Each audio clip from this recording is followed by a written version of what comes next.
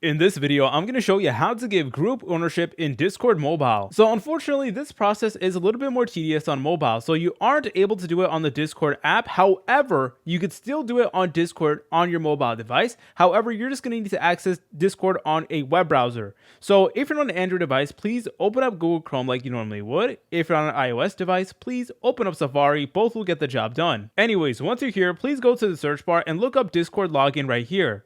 Then before you enter it, please go to the top menu, select on these three dots, scroll down, and make sure that this option over here that says desktop site is selected, because we're basically using Discord desktop on a mobile device, and then from there, we're able to transfer group ownership. Okay, so anyways, then select on discord.com right here.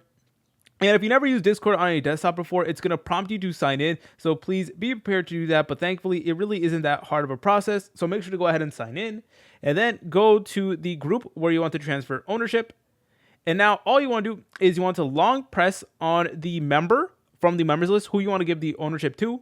So go ahead and long press on it. And then you're going to see this option that says make group owner. So hopefully you guys are able to see it. Yep, here it is, make group owner. Anyways, go ahead and select on that option. Then it is going to ask you to confirm transfer group ownership. So go ahead and press on confirm just like that. All right. And as you're able to tell, we are now able to do that on a mobile device. If you found this video helpful, make sure to leave a like and subscribe. I'll see you in the next tutorial.